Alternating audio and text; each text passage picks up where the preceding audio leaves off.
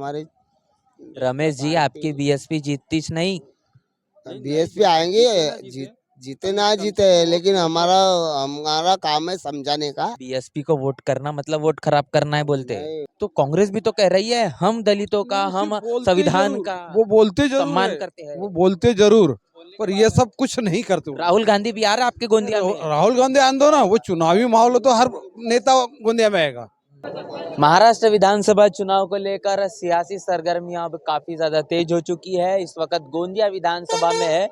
गोंदिया विधानसभा एक ऐसी विधानसभा जहां पर भारतीय जनता पार्टी को लंबे समय तक जीत हासिल नहीं हो पाई, लेकिन इस बार जो मसला है वो पूरी तरीके से गड़बड़ाया हुआ है।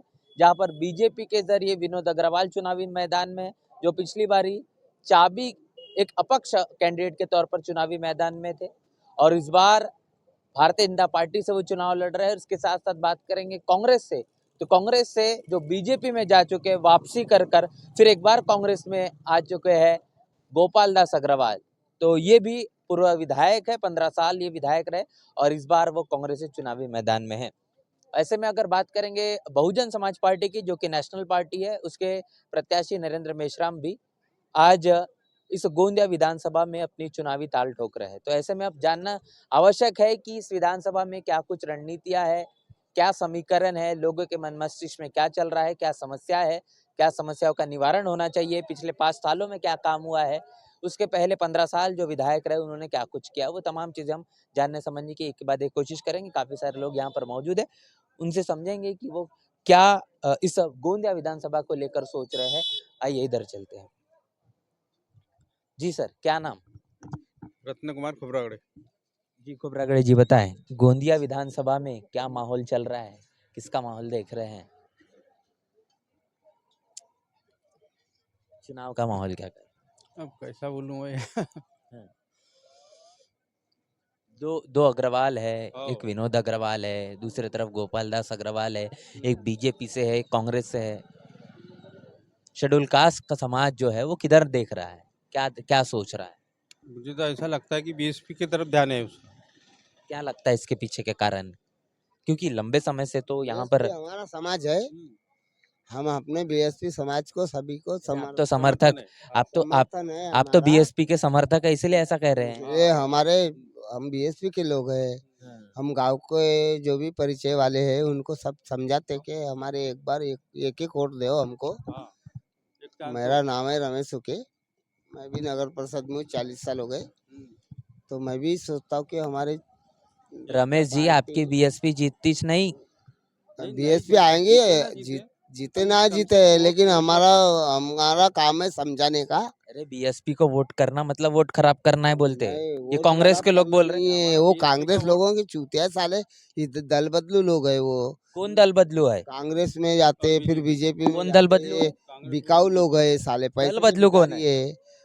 बीजेपी और कांग्रेस पार्टी। हाँ, हम है बिल्कुल एक तरफा चलने वाले बीएसपी के लिए। और उधर भी नहीं। हर गांव में मेरे पूरे रिश्तेदार है, हाँ। खेड़े पे यहाँ से लगकर पूरा क्या बताए सब रिश्तेदारों को? सभी को बता का हमारे एक ही पार्टी है, मानने वाले 6 लोग। नूरलाल उके जी है मेरे, नूरलाल उके मेन है कि नहीं, सनोज उके, मनोज उके, सिवनी वाले कोने मेरे साले है, वो मेरा मौत ससुरा है। हम एक ही पार्टी, इलेक्शन लड़ा था उसने सरपंच का। और भी लोगों से बात करते हैं। जी सर, क्या नाम है सर? केवल चंद लांजेवार। केवल चंद जी, क्या कहेंगे, क्या सोच रहे हैं, चुनावी माहौल कैसा देख रहे हैं? चुनावी माहौल में ये जो पार्टी है बीएसपी, ये वंचित और बहुजन जो लोग हैं, नीचे वर्ग के जो लोग हैं, वो उनके लिए पार्टी काम की है, ऐसा है। तो कांग्रेस भी तो कह रही है हम दलितों का, हम संविधान का वो बोलते जरूर सम्मान है, करते हैं। वो बोलते जरूर, पर ये सब कुछ नहीं करते। राहुल गांधी भी आ रहा है आपके गोंदिया में। राहुल गांधी आने दो ना, वो चुनावी माहौल हो तो हर नेता गोंदिया में आएगा, ऊंचे से ऊंचा भी नेता गोंदिया में आएगा, ऐसा है, ऐसा है। मोदी जी भी आएंगे तो आने दो ना, उनका काम ही है, हर चुनाव पार्टी में हर व्यक्ति आएगा। अच्छा, क्या मुद्दे है, कितना काम हुआ है पिछले साल में, पिछले 5 सालों में? नहीं, कुछ काम नहीं हुआ, सिर्फ जो सरकारी जो काम है वही हो रहे हैं, बाकी जो नीचे वर्ग के लोग हैं उनके लिए कुछ भी नहीं हो रहा है। ऐसा है। अच्छा, रोड, रास्ते, नाली, बिजली, पानी, ये सब कुछ पहुंचा दिया है बोल रहे विनोद अग्रवाल। नहीं, वो नहीं करते। बीजेपी के वो प्रत्याशी। वो तो सरकार का ही काम है कि लोगों के लिए करना, वही काम रोड है, नाली। रोड रास्ते और नाली। तो ये विकास नहीं लगता? इतने में क्या होगा, लोगों को रोजगार मिलना चाहिए ना इलाके अरे रोजगार मेड़ावा भी लगाया था गोंदिया में। वो लगा जरूर, पर ये काम किसको, किसी को काम नहीं मिला ना। सत्य परिस्थिति है। उसको काम किसको मिला, किसी को नहीं मिला। लोगों को आवश्यकता के अनुसार रोजगार होना चाहिए, वो रोजगार लोगों को नहीं मिल पाता। हमारे समाज के पढ़े लिखे ये लोग मेडिकल कॉलेज लाए बोल रहे गोपाल दास वो तो 10 साल हो गया सैंक्शन हो चुका है, फिर भी अभी बड़े लोग आए। ये मेडिकल कॉलेज बन रहा तो बड़े बड़े लोगों के बच्चे लगेंगे, गरीब लोगों के नहीं लगने वाले। सुनो, ये मेडिकल कॉलेज जो सैंक्शन हो चुका है, इसको 10-15 साल हो चुका है, बड़े मुश्किल से अभी अभी बांधकाम चालू हो चुका है उसका। उसमें भी हमारे कोलवे जबकि के एक गरीब लोग नहीं मिनट, लगे। एक मिनट, जबकि चंद्रपुर का मेडिकल कॉलेज बनने के बाद में अभी लोग वहाँ पढ़ाई लिखाई चालू हो चुकी है। यहाँ तो गोंदिया डिस्ट्रिक्ट में खाली बांधकाम शुरू हो चुका है उसका। ये भूमि पूजन नहीं कर रहे, कह रहे हो? हाँ, क्या है तो वो तो अभी तो इस साल तो बांधकाम चालू हुआ है उसका। फिर ये बुद्ध विहारों को, ये तमाम चीजों को लेकर 20 लाख रुपए का भी सैंक्शन होने की बात चल रही है। अभी आज तक ये के नहीं हुआ। नहीं, कुछ जगह हुआ है, कुछ पार्टियों ने दिए है, कुछ जगह वो अपने सिर्फ वोट बैंक के लिए दिए है। वोट बैंक किस तरह का हो, इसलिए वो पहले ही लोगों के समाज में क्या चाहिए क्या नहीं चाहिए, इसलिए वोट बैंक बनाने के लिए वो कुछ कर रहे हैं समाज में। तो ये वर्गीकरण का एक बड़ा मसला है, SC ST वर्गीकरण का। 5,000 है ना, सवाल लेने दो। SC ST वर्गीकरण का जो बड़ा मसला है, बीजेपी के लोग ये कह रहे हैं कि संविधान खत्म करने की जो बात करते हुए दिखाई दे रहे, फिर कांग्रेस वाले बोलते हैं कि हमारा गलत प्रचार करते हैं। तो वर्गीकरण पे दोनों राजनीतिक पार्टियों का जो मसला है वो ढुलमुल दिखाई देता है। क्या कारण लगता है इसके ये पीछे? देखो, दोनों पार्टी सिक्के के दो पहलू है। एक तरफ से देखो तो सिक्के का चीज दिखता है और दूसरे को पट दिखा, उस तरह के दोनों पार्टी कांग्रेस और बीजेपी ऐसा है। तो ये पॉलिटिक्स में चलते आ रहा है वर्षों से, लोगों को गुमराह करते हैं। छोटे वर्ग आपके नजरिए से क्या लगता है फिर, अगर SC ST वर्गीकरण को बचाना है तो उसका क्या सोल्यूशन होगा, क्या हल हो सकता है उसका? छोटे वर्ग के जो लोग हैं, SC ST OBC के जो लोग हैं, उन्होंने अपने विचार करना चाहिए किस पार्टी को हमको जीत के देना है जिससे हमारा भविष्य उज्जवल होगा। तो किसे जीत के देंगे, कांग्रेस को देंगे, बीजेपी को देंगे? नहीं, कांग्रेस भी छोड़ अन्य किसी पार्टी को दे जो विकास कर सके। कौन कर सकता है विकास? BSP। क्यों लगता है BSP? क्योंकि BSP को लेकर तो वोट प्रतिशत फिर से कम हो रहा है, कमजोर हो रही है आपकी BSP। BSP Bahujan Samaj party है ना, वंचितों की पार्टी है BSP, ऐसा। इसलिए क्या लगता है इस बार कुछ खाता खुल पाएगा BSP का? कि BSP बहुजन समाज पार्टी है ना, वंचितों की पार्टी है BSP, ऐसा।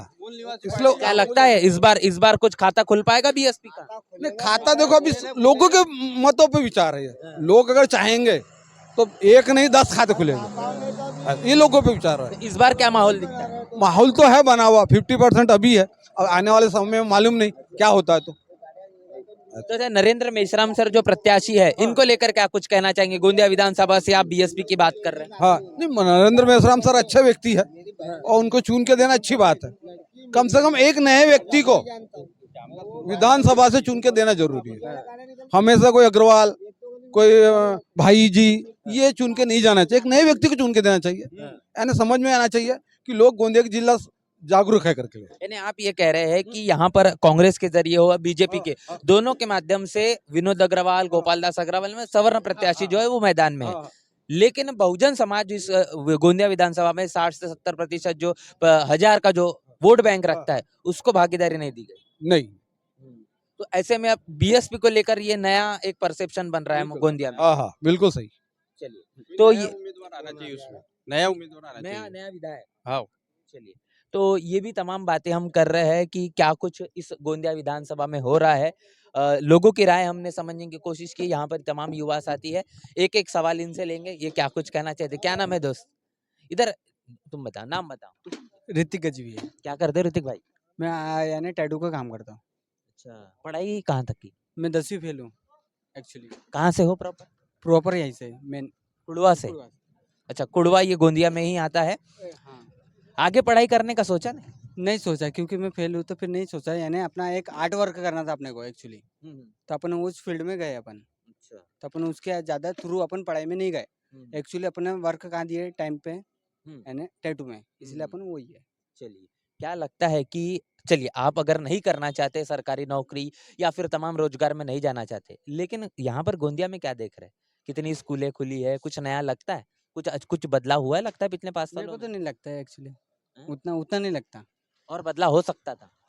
हो सकता था पर अब अपन क्या बोल सकते हैं, ज़्यादा अपने को नहीं समझता, पर अपन नहीं बोलना चाहते। अच्छा, तो चलिए हाँ, आगे वाले से पूछो, बिल्कुल। आगे वाले से। और ये हम तमाम युवाओं से भी जानने समझने की कोशिश कर रहे हैं कि क्या कुछ हो रहा है। जी बाबा जी, क्या नाम है बताओ? मेरा नाम है सुधाकर पुरू, कहाँ से हो? पूरा से। कितने ही चुनाव देखे अभी तक? हाँ, मैं वार्ड नंबर 2 में रहता हूँ। हैं?